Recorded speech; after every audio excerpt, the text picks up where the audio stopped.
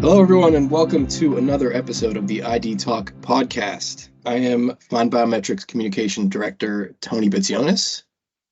And I'm FindBiometrics Editor-in-Chief, Alex Perala. Hello, Alex. How are you doing today? I am doing fine. How are you doing? I'm doing well, too. Thank you for asking. So what do you want to talk about this week? I wanted to talk about the latest delay to the European Union's EES system, the entry-exit system. Yeah, I noticed that's a big story this week for us. So I will get us started then with the most important question. What is the EES? So the EES is this huge project that has been underway for years, delayed multiple times now. It's they just call it the entry-exit system, but importantly, it is a biometric entry-exit system. So it applies to the Schengen area in Europe. I believe it's like 27 countries that comprise that area, and it's meant to be a zone in which nationals can freely travel, that there's very little kind of like border restrictions between the member countries, and that's just meant to foster more economic integration and things like that. And what they have decided to do is set up a biometric perimeter so that they'll collect the biometric data of every non-national who's entering or exiting. So it's similar to what the US has also with its biometric border system that has been like expanding over the last several years. Same idea. It's just more security, and it's a way for them to keep like free trade and travel going smoothly within the zone. Right. And you made reference to it being delayed again. So it's been delayed more than once. Yeah, it's been delayed at least a few times. I should have a little caveat here. Our source for this news is the Daily Mail, which is which is it's I think a lot of people would say it's a tabloid, but it is an actual news site. They do report actual news. They are notably in the UK, so they have proximity to this issue that we don't have. But it was a little odd that I didn't see more outlets reporting on it. But yes, like according to the Daily Mail, it's been delayed till 2025, which is news. The last time it was delayed, it was until late 2024. Before that, I have notes here. So initially planned to go live in 2020. It was adjusted to 2022, mainly due to the complexity of the project, which I guess caught a lot of people by surprise. And then, of course, COVID caused all kind of problems. I mean, I believe there were issues getting all of the, like literally the physical like parts and materials that were needed to set everything up for all the member countries. So a lot of delays. It was after it was pushed back to 2024, the French, I guess, EU delegates were concerned that it might interfere with the Olympics. So they were trying to get it pushed back until after the Summer Olympics. And that indeed occurred. It was pushed back. And now apparently it's been pushed back once again. And so is this ES, how does it differ from the ETIAS, which the European Travel Information and Authorization System, which I read has also been delayed? Are those delays related? They might be. Yeah, they are different systems. So I called it ETIAS, the European Travel Information and Authorization System. I don't know how you're actually supposed to say it, but I like that sound. Yeah. It's a related thing. It's for pre-travel authorization. So it's for visa exempt travelers who are entering the Schengen area. It's just kind of to expedite them coming in. It's like a pre-screening system. So it's not the same as the EES, which is meant to scan like every non-national coming or going. Right. It's like a pre-authorization thing. So they are related, and I assume there's all kinds of coordination between the two projects. And from what I've read, usually they're delayed, like in a pair. So they're delayed together. And we may not fully trust the Daily Mail, but I do trust another news authority on this, Schengen Visa. That's a news site that's just dedicated to this topic. And they reported about a week ago or earlier this week that that ETS would be delayed until 2025. So if ETS is delayed, then probably EES is delayed as well. Interesting. And I do like how you are pronouncing ETS. It sounds like a French footballer or something. Elegant, very elegant. Okay, well that's definitely something to keep an eye on. And what else do you want to cover today? I wanted to talk a little bit about WorldCoin. Okay. This project really interests me, and I know that you brought this to my attention, that there was an orb shortage, which we covered. So I just want to talk about it a little bit. I think this project is so weird and interesting. So what for our listeners, what is an orb, and why is there an orb shortage, and what is WorldCoin? Yeah, all those are very good questions. Okay, so right after that, WorldCoin, it's a cryptocurrency project founded by Sam Altman, and it aims to create a new cryptocurrency that's focused on fair distribution, widespread adoption. And the orbs are these unique devices that are used to ensure that people only sign up once. So it authenticates you as a unique human using iris scanning technology. And they're running out of them due to widespread adoption, I guess. They're one of their stated goals is coming to fruition. So they're running out of these orbs. And so they're having to scale up production to meet the demand that they weren't quite anticipating. So, okay, so you said that WorldCoin, it's like a cryptocurrency. I understand that. I think it is also like a digital ID system by the sound of it.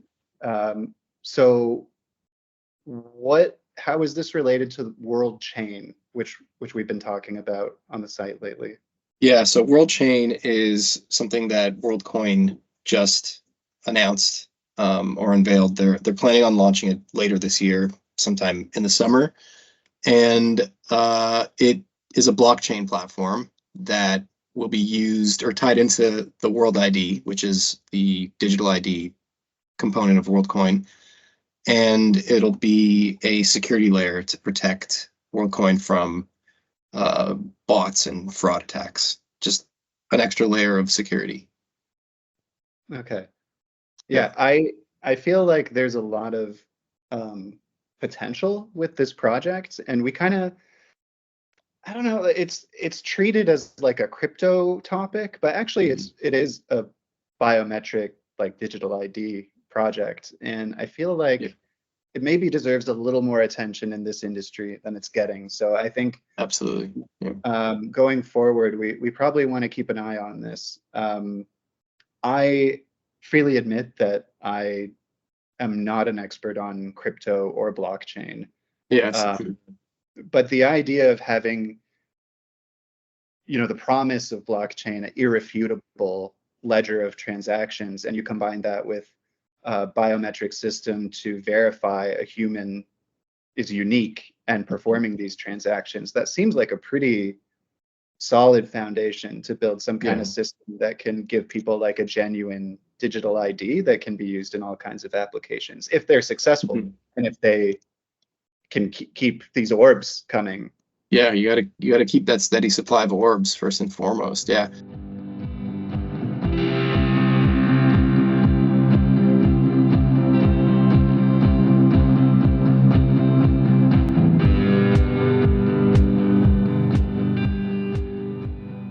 So Alex, I also heard that you did an interview with our friends over at ChannelPro with Executive Editor Jonathan Browning. You guys spoke with Aware's CRO Craig Herman.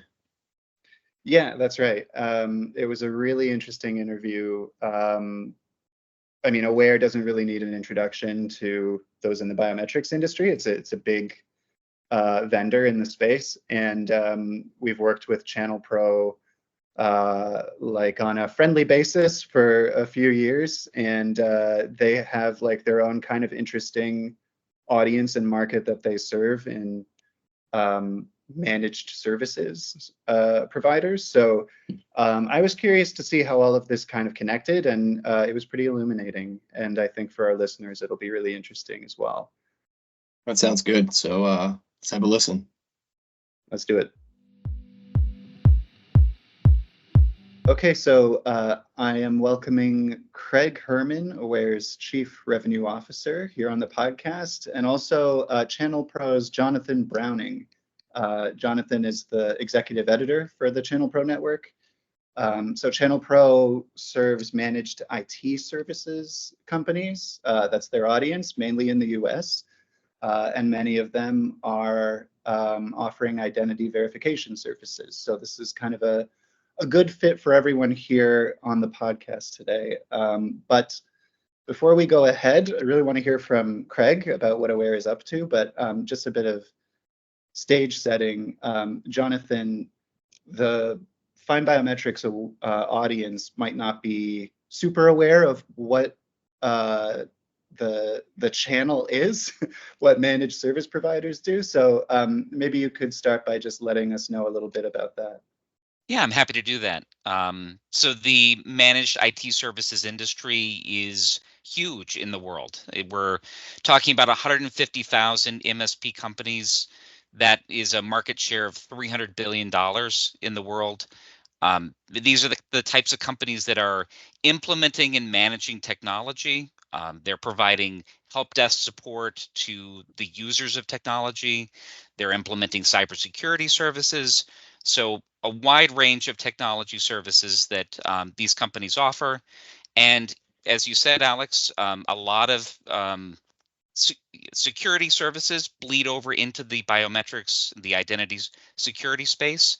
And so I'm thrilled to have a conversation with you and Craig on this topic.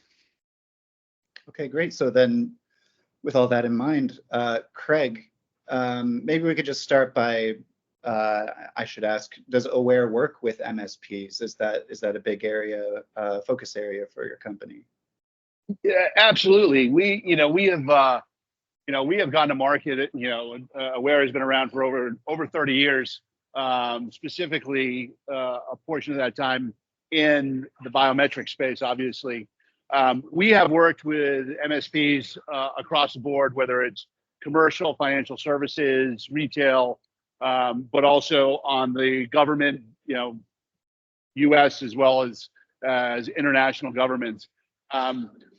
We have been a very partner-centric company, but really just over the past just about 8 months, we've really started to build out much more of an ecosystem of partners. And MSPs are a huge foundation for us because again, biometrics works really well when it's part of the workflow, not the workflow, right? And we're really built in a way so that we can have a product completely built out, or if you need specific components, SDKs, pieces of the solution, an MSP can take those pieces and create, basically insert it into their current workflow.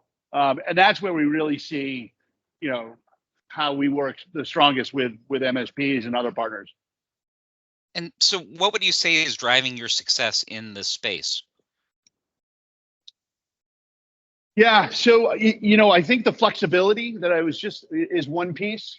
When it comes to biometrics, it is a place where there's a lot of different players focusing on a lot of different things. What we really do is make have a platform that's very configurable that can also be pieced out. So, if someone is very focused on wanting to do, hey, I just want to do face or fingerprint, and I want to insert it into an online workflow or access control on-site workflow. The blueprints are there to do it, as well as the tools and the functionality to insert it in. Or if I'm someone that says, hey, I'm an online gaming site, I want to be able to do age verification as part of my entire platform, that's already something that's built out that can be inserted. So I don't have to build it. So I think the flexibility of the platform is really a big piece of it. And then the second I would put as the breadth of the platform. A lot of players today are very focused on face, or they're focused on palm, or all these different types of biometrics.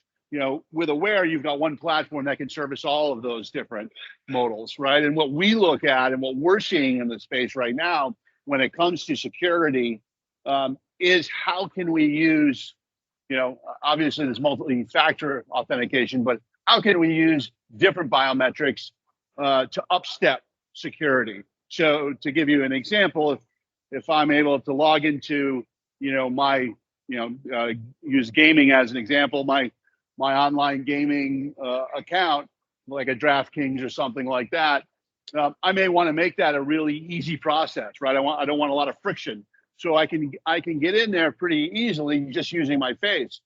But when I want to go to withdraw money, that's where you can use another layer of biometrics, for instance, voice, to do the withdrawal. So now I've got to be able, if I'm a fraudster, I've got to now up my game and try to figure out ways of fooling the system. So, I think that's the second core piece. And then the third is really an understanding of the biometrics market. I mean, I think you've got players in the space that have sprouted up over the last couple of years, over 80 patents that Aware holds. We have been working with the federal government and world governments, HOB, the German police, FBI, CIA, DOD, DOJ, for a number of years, that we have taken this functionality and these tools and built them out for more commercial enterprises. So when we talk to MSPs, we talk to partners, it really gives them the assurance that there is some solid foundation behind, plus a lot of really good thought leadership of people who have been doing this for a number of years that can kind of help them in the process. And especially for an MSP that is just getting into this type of market and wanting to provide biometrics, again, having that type of thought leadership to partner with, go arm in arm in, is really special. So those would be the big three that I would point to. That's interesting. I just speaking from my perspective, I've been writing and managing FindBiometrics for a number of years. So I've been covering Aware for a long time, and my memory isn't so great these days, but I do kind of remember in the early days, Aware would come up often more in the context of serving government, serving law enforcement, or at least that was often the news we would end up covering, was that you got some big contracts. So it sounds like that really serves as a foundation to then go to all kinds of other industries and say, look, like the most sensitive use cases in the world, trust us. So like, give us a shot. So I'm just wondering now, I'm curious about this angle with MSPs. Are you getting MSPs coming to you, or is it like you have a relationship with some sort of clients and they want to work with an MSP, or what does it usually look like in terms of actually figuring out how to implement whatever it is that the customer wants? Yeah, really interesting question, Alex. Thank you. And it is, Aware's history is absolutely very secure in the government, but also a few years ago, we started to make a transformation from a kind of a build and ship product focused company to more of a platform, build it out one to many, right? And so that project base, to your point, you'd win a big deal at the Navy and then disappear for 3 years and then come back again. What we've done is taken all those tools and then put this into a platform that now, folks can buy a piece of it. They can do, access it through the cloud, ways to just make it much more easier to start leveraging biometrics, even if I don't have the resources of the federal government. as far as MSPs go, it you know, I hate to use the "it depends" response, but it really does. You know, most of our direct clients, there's usually an MSP involved. You know, we're not a services organization. We don't want to be. We are a product building and innovation company, a software company, first and foremost. So for us, we have MSPs in a lot of different regions that we rely on to say, you know, when a customer comes to us direct, says, hey, we want to do, you know, something along, you know, building out a workflow for a specific application, we're going to leverage, usually we're going to leverage an MSP. So either someone that they've worked with or someone that we've worked with. In some cases, the customer has all of the resources that they're going to try and do it all in-house. What we have seen more recently, and when I say recently, I would say just in the last 6 to 8 months, is more and more MSPs wanting to talk about how they layer this in as a service that they can provide. We're seeing more and more, and I'm probably preaching to the choir here with you, Alex, but you know, more and more adoption of, you know, commercial adoption of biometrics as people are starting to get much more comfortable with, wow, when I am boarding my plane and I don't have to try to fumble and find for my phone, there's a picture that's taken and I can walk right on board, or when I land and come into the country, or when I'm at Whole Foods and I'm using my palm to pay for food now, you know, it's becoming much, much more of something where folks are like, hey, couldn't we add biometrics for, you know, right now we're talking with a real estate company for their 1,700 different private home buildings, you know, exclusive luxury homes, where they don't want, you know, people don't want to have a key fob or things along those lines to be laying around.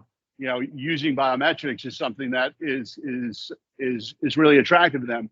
And we're very connected with an MSP who has been supporting them for a number of years.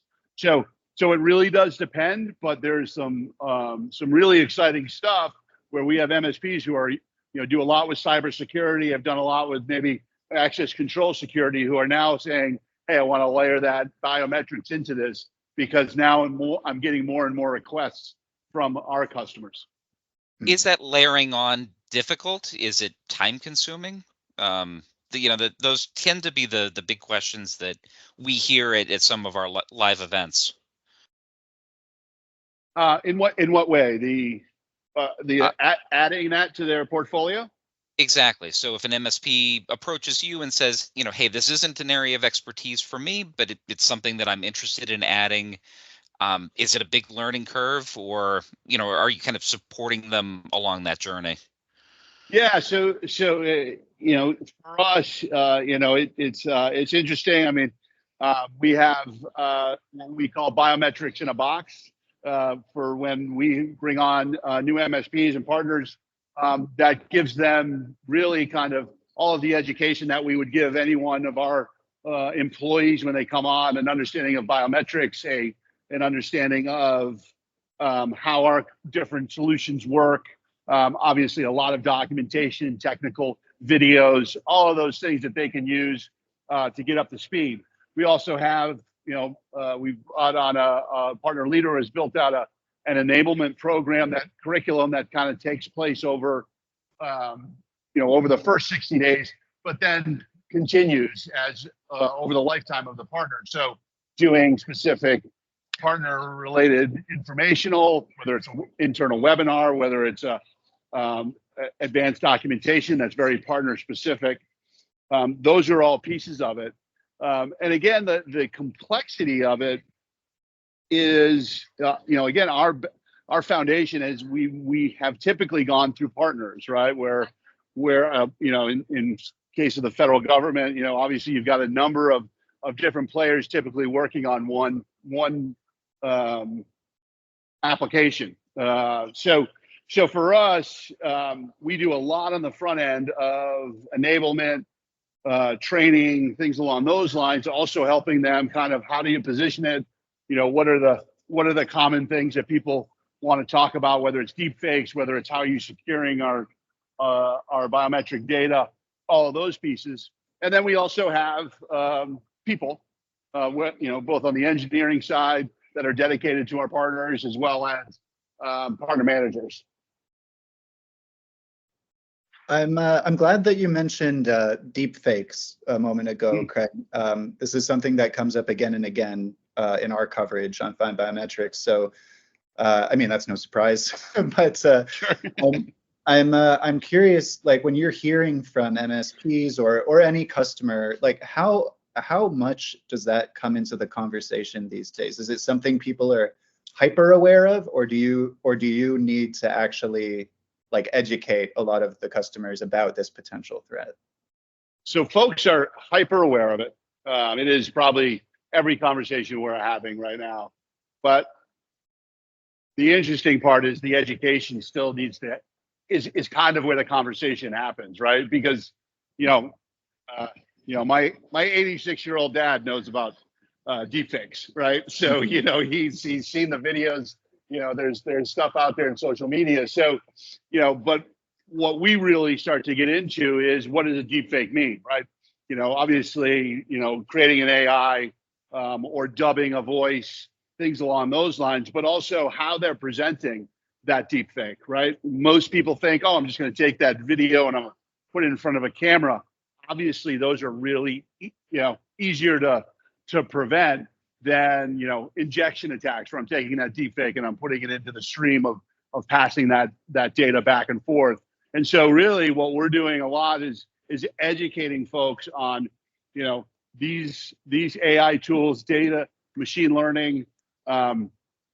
They absolutely are now in the wide, across the landscape, that people can get their can use for illegitimate purposes. But we have been dealing with types of deepfakes for years. Down, a great example is I'm down in Brazil right now.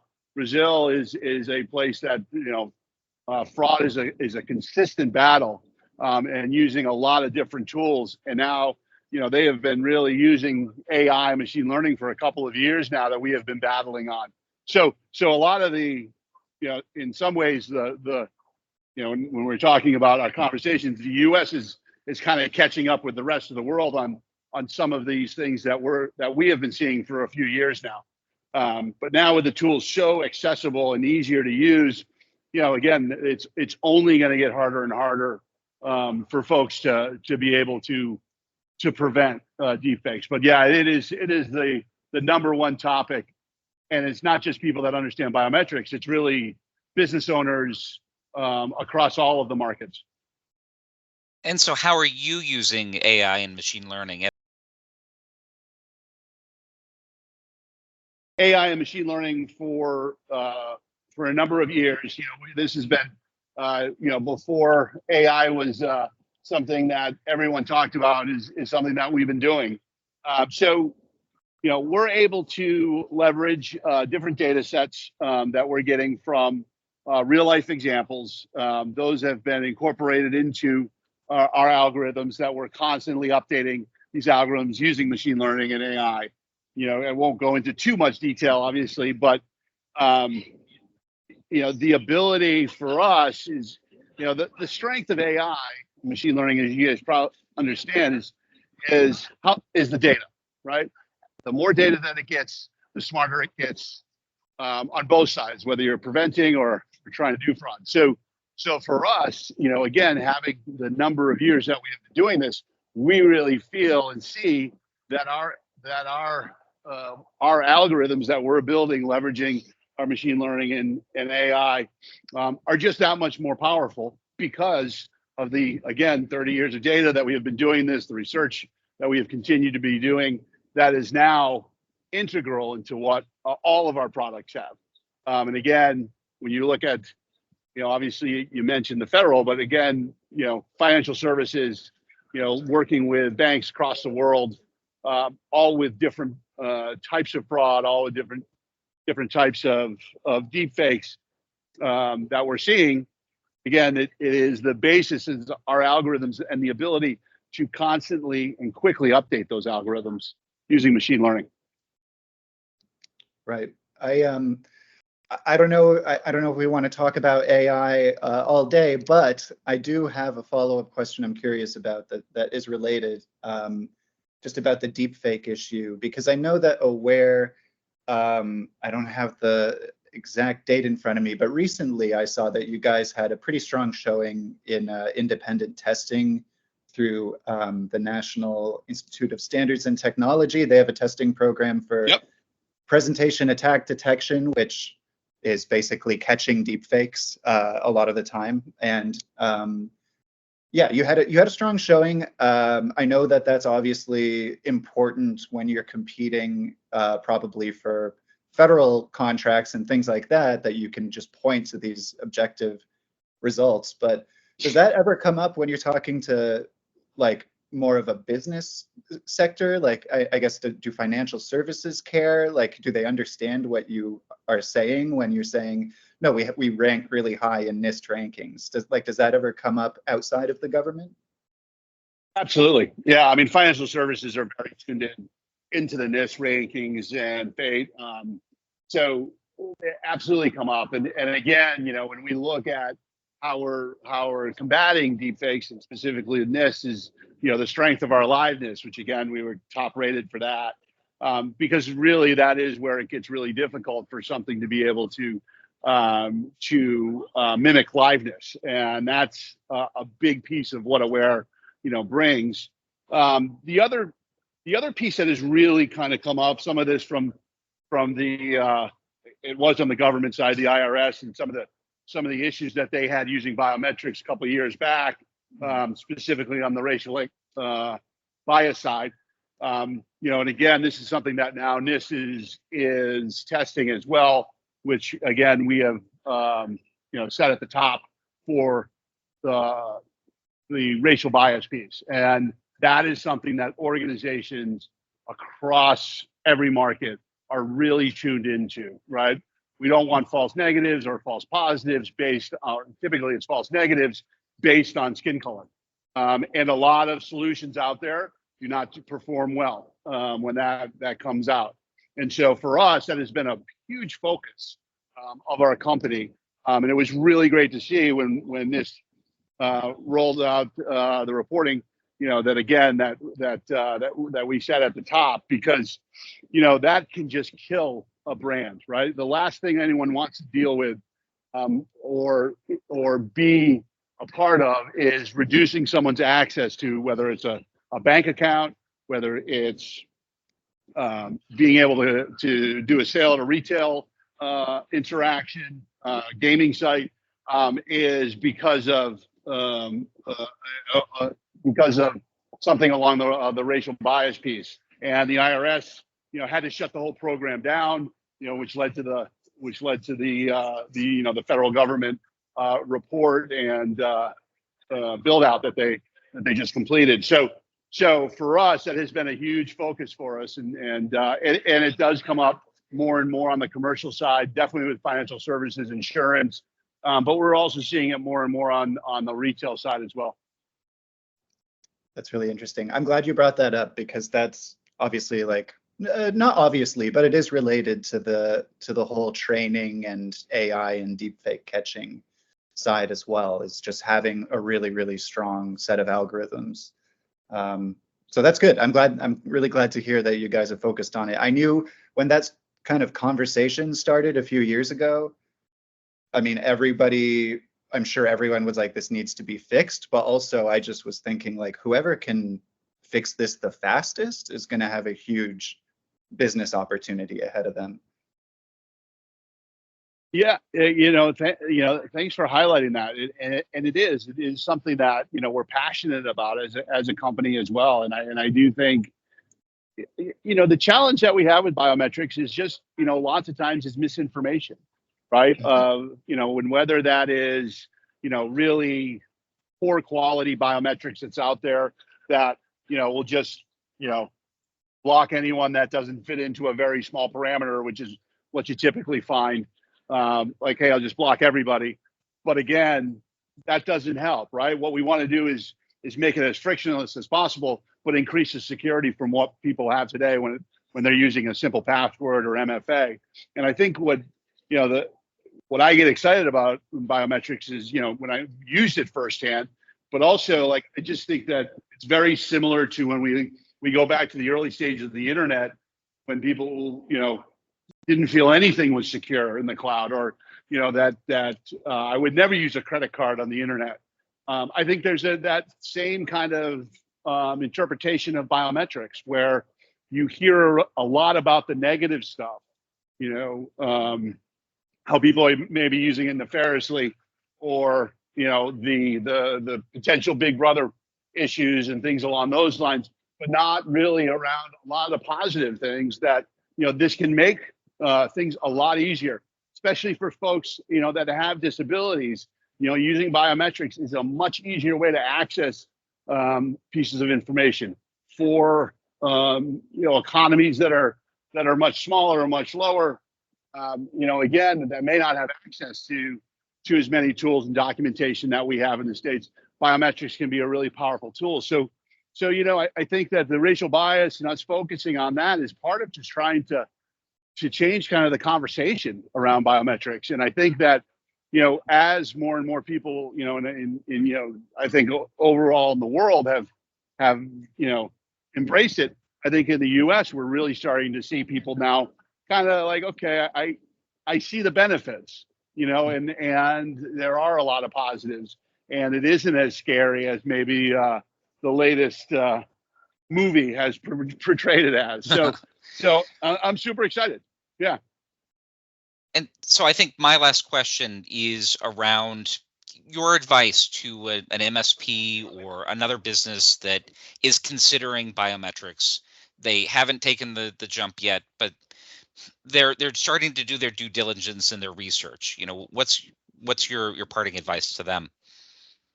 Yeah, I'll do my best, Jonathan, not to be self-serving, but I would simply say, do they have experience in this market?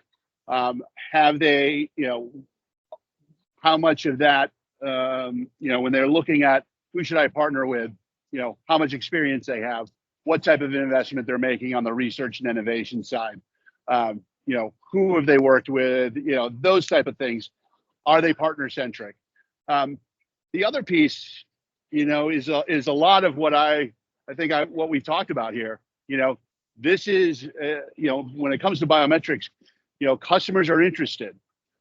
Organizations are interested. They may not be ready to do it today in some cases, but a lot of it right now is education. And the quicker that they can get up to speed on how they could use biometrics with what they're doing today, whether it's cybersecurity or other security endeavors, how they could add biometrics to make things more secure, but actually less restrictive, and less friction. And I think that is a constant battle for every organization, right? How do I give my customers access, but also secure them? Is a constant conversation, and biometrics is just another solution that fits in there. So, I would say that any MSP, they want to be the ones bringing things to their customers. Hey, this is something you should look at. This is something that's going on today. Like, that's the type of, I think, the MSPs that are successful. And if they want to do that, there's organizations, obviously like Alex's, where there's a ton of information, but also, what we're doing at Aware, trying to educate the market. We can absolutely help them with that as well. So I would look to a partner that really is going to think about, how do I educate and how do I help, working with my customers, rather than just nuts and bolts and documentation. And I think that those are probably the two big areas I would focus on. Okay, well, I that sounds like great advice to me. And Craig, I know you're busy. You're at a show, I believe, and you also mentioned you're in Brazil, so possibly some beaches you want to get to later. I don't want to speculate, but I have not made it to a beach in Brazil, believe it or not. I've been coming down here for 2 years. I'm always in São Paulo, but it's a great country and great people. Well, you're working too hard is my response to that. But thank you so much for making the time to talk with us. This was really interesting. Absolutely. Thank you. Thank you, Craig. We appreciate it. You bet.